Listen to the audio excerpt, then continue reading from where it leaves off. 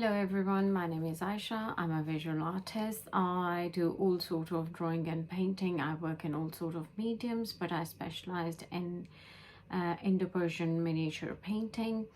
Indo-Persian miniature painting used to be used as in a book illustration, and one side of a book has a script and the other side of a book has illustration.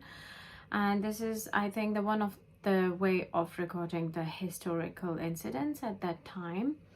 And they write the script as in like to describe the historical incidents at that time, and then they paint as an illustration the same incident, and their subject mostly was about kings and queens court's life and the daily man's common life. So they cover like the whole atmosphere at that time.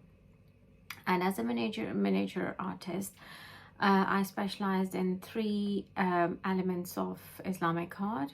One is miniature painting, second is Islamic geometrical pattern, and the third is Arabic calligraphy. So I'm going to show you one of the geometrical pattern from Great Mosque of Cordoba today, step by step. So let me tell you what are the a little bit of history of Islamic geometrical patterns. And Islamic geometrical patterns are in Islamic art and architecture are more than just line drawings, and they aesthetically look as beautiful as any other art forms. Over the centuries, craftsmen have taken a great deal of time, effort, and imagination more beautifully by adding colors, turns lines into interlaces patterns. They have added various elements to contrast with the straight lines of the pattern. Geometrical patterns reflect the unity and transform ordinary structure into extraordinary works of art. And these geometrical patterns they used to use for as a decorate the walls, ceiling, minarets, domes, carpets, books, etc., mosaics, and like these patterns are commonly inspired by plants from nature, and floral shapes, plant shapes, floral patterns, and they're all like inspired through the nature.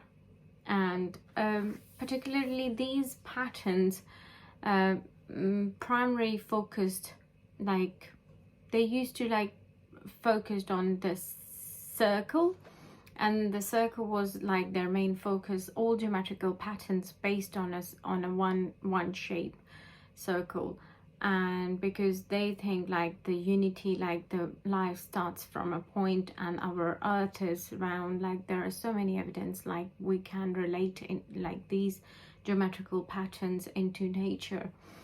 And in olden times they only used to use the only two things at that time: straight edge and a compass. Straight edge like as in a ruler, and some of them like they're slightly complex, but some of them like they're very easy to understand and easy to start with. So our today's pattern is comparatively very easy to begin with, and it's going to be for the beginners and a refresher for the experienced students. So hope you enjoy the session. Thank you. So hi, I'm going to show you the construction of the pattern of the Great Mosque of Cordoba. This is the one of the pattern from the inside the ceiling of a dome, and there are various like so many patterns on the mosque, but like on the columns and the giant arches and base and splendid a mascara like the prayer room, but like this is the easiest pattern I found from the various patterns. So construction of the pattern, so you need like a ruler, a pencil, rotating master bow compass, but if you don't have this one you can use any regular compass, erasers, and then you need a watercolor box, because in the end you're going to color the pattern. And I'm going to use this as like 2B pencil. This is B's are softer and darker. Otherwise, if I don't have to record the video, I'm going to use like 4H pencil. So the H's are lighter and harder. Paper of my size is A4, a regular, slightly large, slightly bigger than A4. There are two ways to start a pattern. You can construct a square with a geometry, but if you're really beginner, so I would not recommend that. So I'm gonna make a regular square by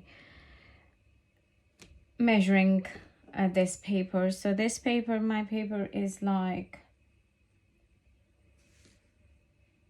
so you need to get the center point of the paper. So this is like 32. 32 means like, I'm gonna mark my paper in the center 16. So half of the 32 is 16, and from the width of the paper is 24, which is 12. The half of the width is 24. The half of 24 is 12. So length of the paper was in total 32. I divide into half is 16, and then the width of the paper is 24, and I mark then onto 12, and I'm gonna draw a line. So I'm gonna measure it 12 over here and 12 like this, and I'm gonna draw a line in the center. Similarly, like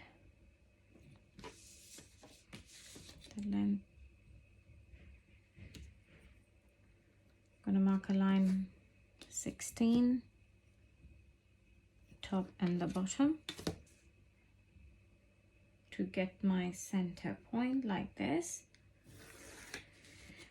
So as you can see, I have my accurate center point like this in the middle of the paper. So now I'm going to draw a square, a regular quadrilateral square with a length of 20 centimeter, equal, like all sides 20 centimeter, all four sides. I'm going to draw this pattern slightly large to show you the construction more clearly. You can draw a smaller version, it's entirely up to you. So the measurement of the square is like 20 in total. So because of the half in the center, I'm going to mark 10 centimeters top, 10 centimeters at the bottom, 10 centimeters right on the right side, and 10 centimeters on the left.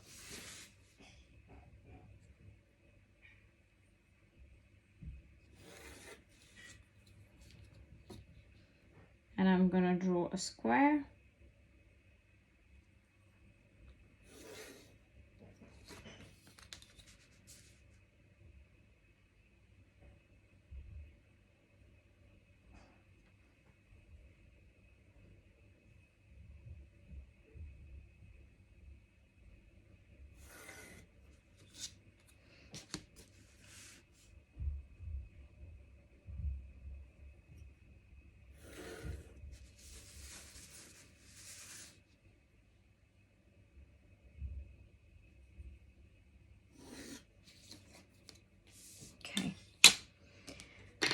And now you have to draw a circle in the middle of this square. So I'm going to place my compass in the center of where we, like in the center of the square, on the center point. because the measurement of square is like the hole is like 20 centimeters, so I'm going to open my compass on the radius of 10, because the half of 20 is 10, and I'm going to draw a circle.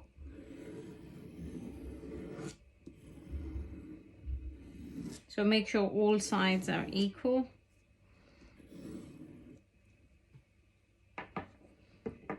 And now I'm going to draw a cross,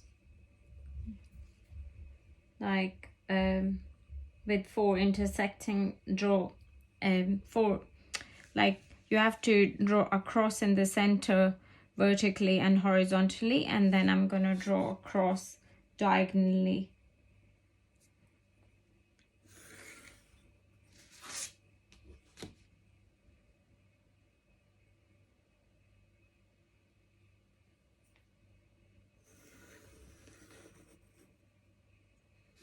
Like this. So now you have like intersecting lines, like cross vertically or horizontally and diagonally. So next I'm gonna connect the ringed intersections with 4 lines which are interlaced to form 2 interlocking wheels. So my points are like the points which I'm gonna join. So number 1, and this point is on the circle where you draw your main circle. So I'm going to draw a sort of a like V, construct a V first, like from right to left. So these 1, 2, 3 points I'm going to join. So I'm going to place my ruler like that.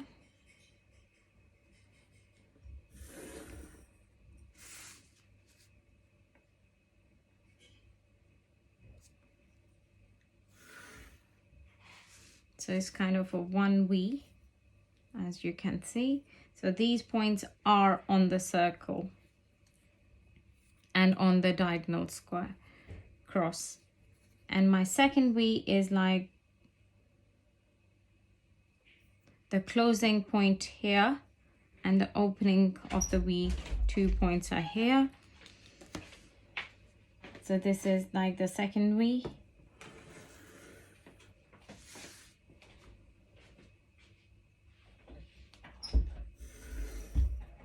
So first we drew from right to left, and the second we drew from left to right. And now I'm gonna draw a V's from top to bottom and bottom to left, bottom to up. So 1, 2, and the third V is like the closing point is on the top and the opening points are here. So we are only using like 3 points. It's best to construct the pattern with me step by step, so it is more easier for you. So this is like my third V, and my closing point are here. Opening point is here.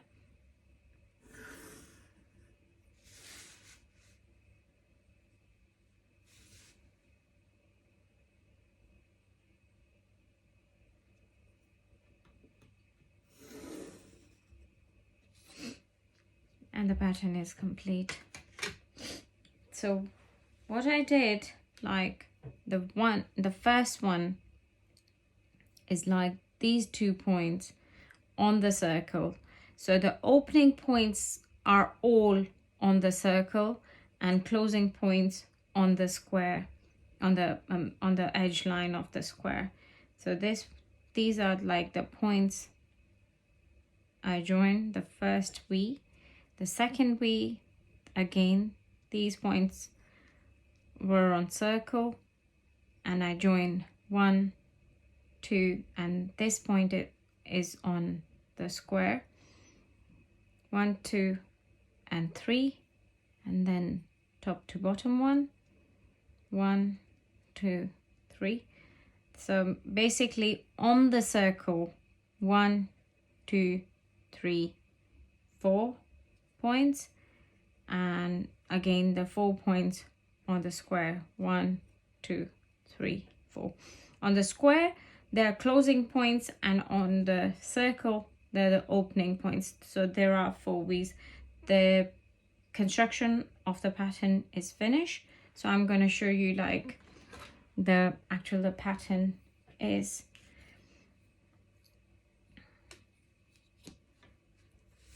So you can see like 1, 2, 3, 4, 5, 6, 7, 8.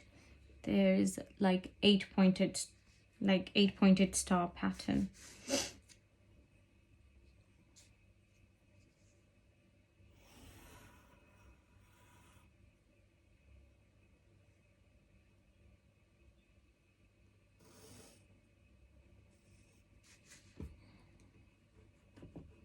I'm gonna erase this.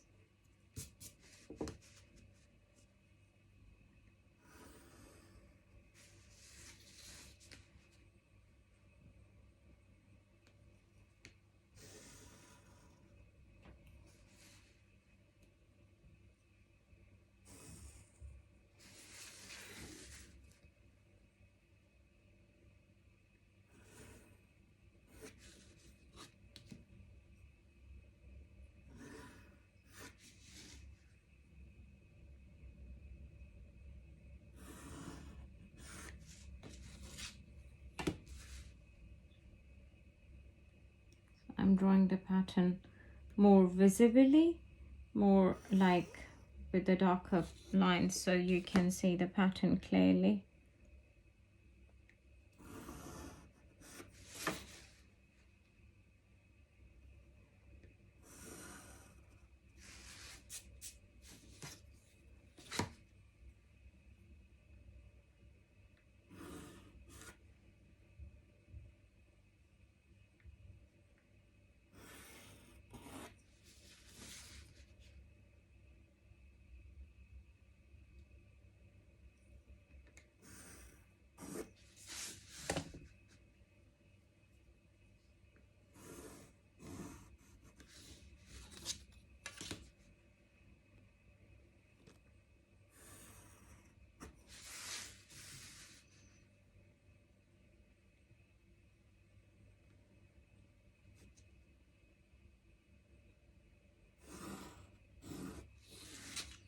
So you can see like 1, 2, 3, 4, 5, 6, 7, 8, 8 petal star pattern.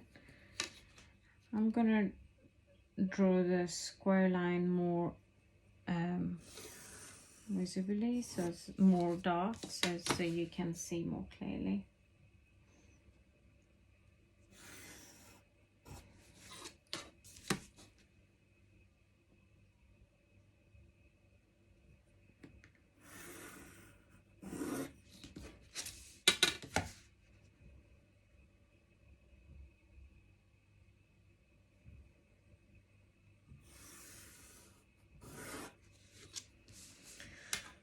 And the pattern is finished, so you can see. I'm going to erase the construction line because I'm gonna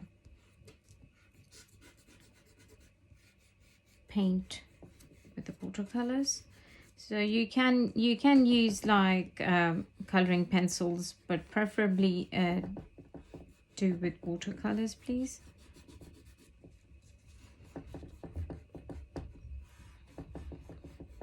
This is very, very basic geometrical pattern, and it's very easy to construct.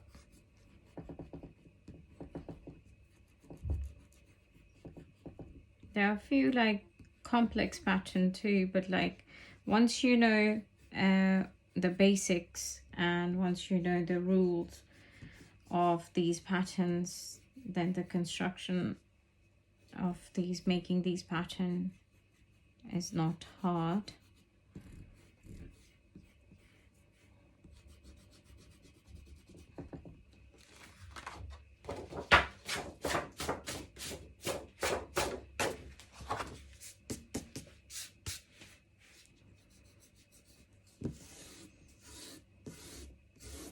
You can use felt tips to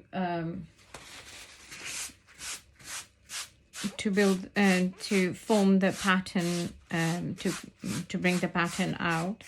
But if you don't want to like paint the if you want to paint the watercolors, then I don't recommend, because felt tips always bleed and it's not best to use when you're doing watercolors.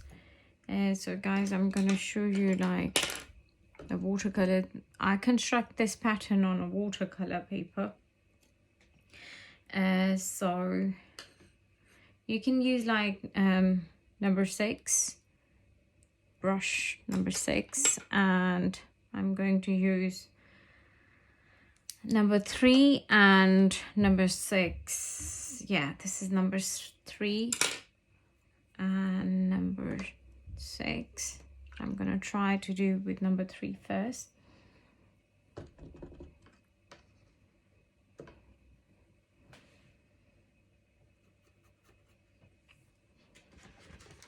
So I'm thinking to do petals in green, emerald green.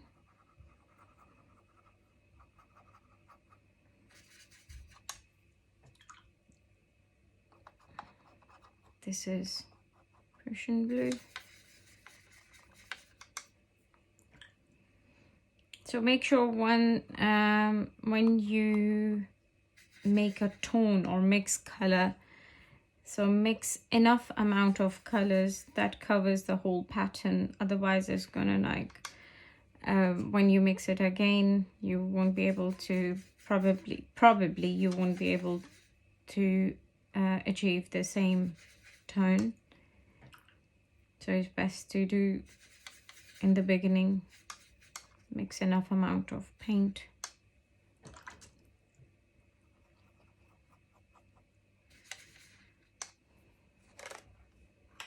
So I think it's enough. Watercolors, there are so many different ways of doing watercolors. You can do a plain wash, water wash on the paper, or you can directly paint directly with the paint. So there are 2 ways. For this one, I put paint directly on the paper. So this is called wet on dry. This technique called wet on dry. So like you did not put a plain water wash first and you're directly painting on the paper.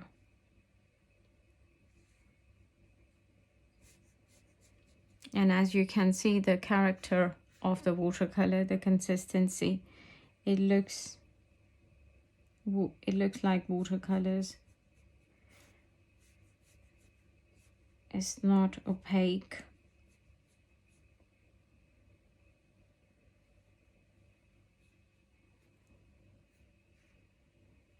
You can see paper through the paint.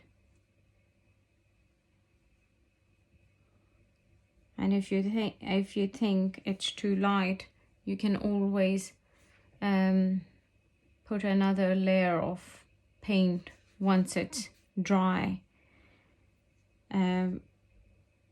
If you think the tone, like the color is too light, don't put paint again when it's wet.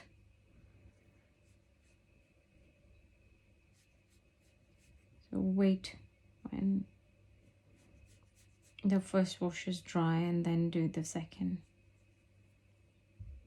wash if you want to do a darker tone.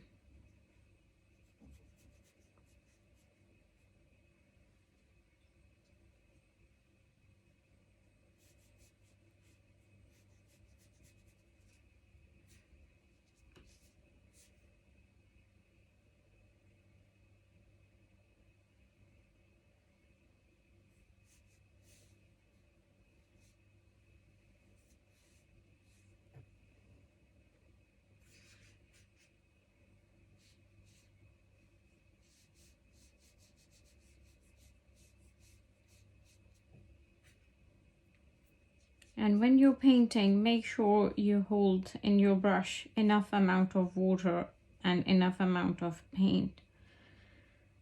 Otherwise, like, it's gonna make patches.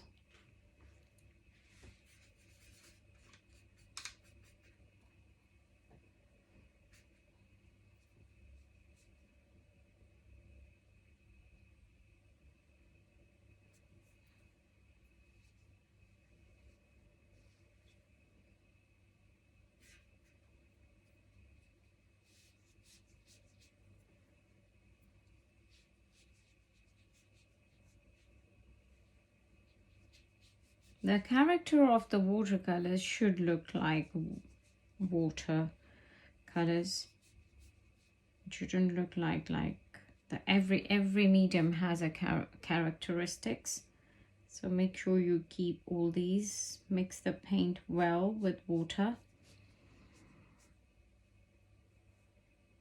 And when you apply the watercolor, make sure you hold enough amount of paint and water in your brush. I'm doing it with smaller brush, but like you can do with a large brush too.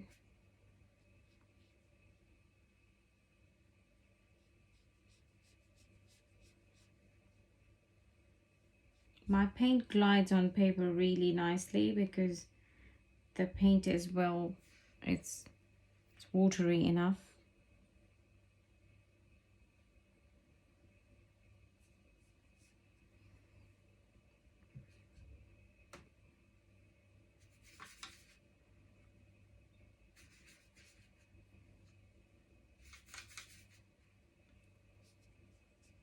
And color schemes are all your choice. They normally use cobalt blue because in the areas of Middle Eastern areas like Tunis, Spain, Morocco, a blue color stone was easily available at that time, and that's why you can see a lot of blue and gold in their artwork, the architecture. And the only reason like the blue stone was easily available in those areas, so they use blue a lot, green and gold to reflect to give importance to the pattern and the architecture. So they use gold to show wealth.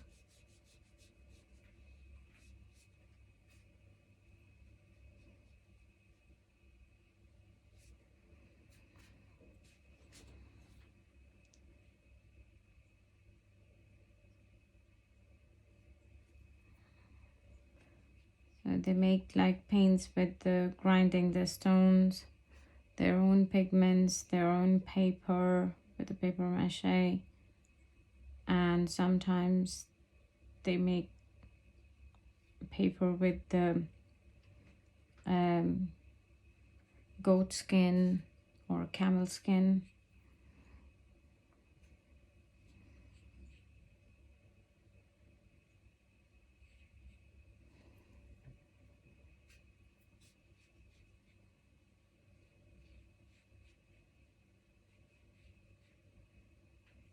Petals are finished. I'm gonna use like the center star gold. So this is gouache. This is water-based gold, because the gold color was the major element painting these patterns and on the architecture.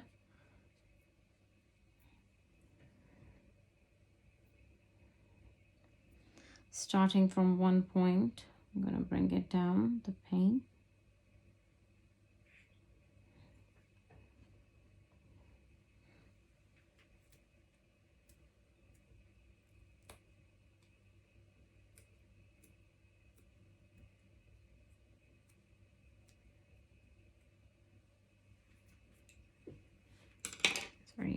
use a large brush.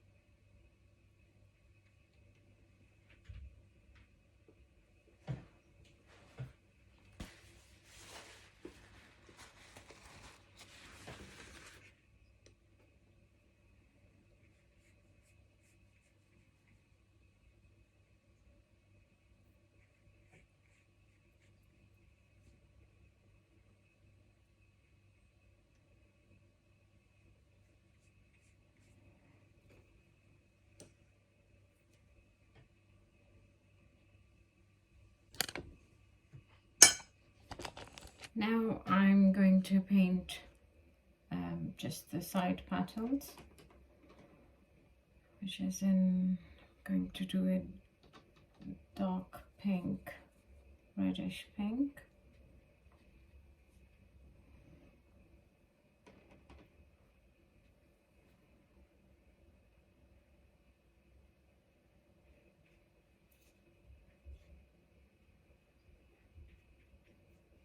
And this is all in watercolor, and you can do any color scheme, blue, green, red, any color you like.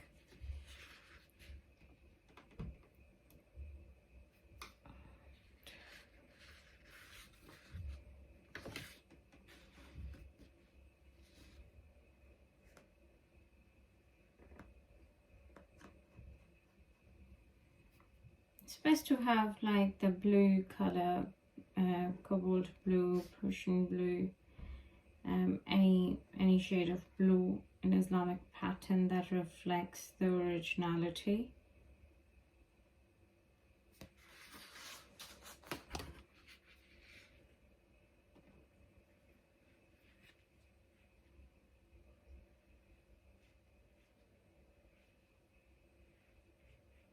And if you want to do the outline of the pattern, you can do when it's fully dry.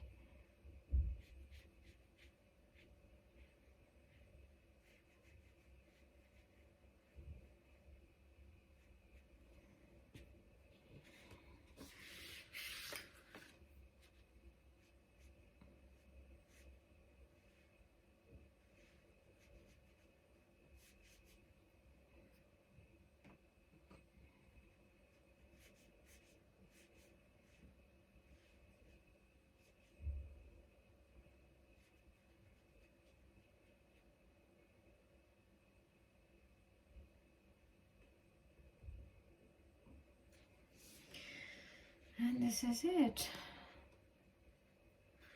I'm gonna do another layer on this petal because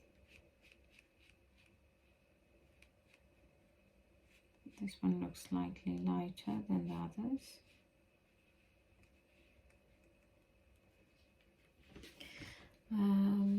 Here you go, guys. The pattern is finished. I did it with watercolor.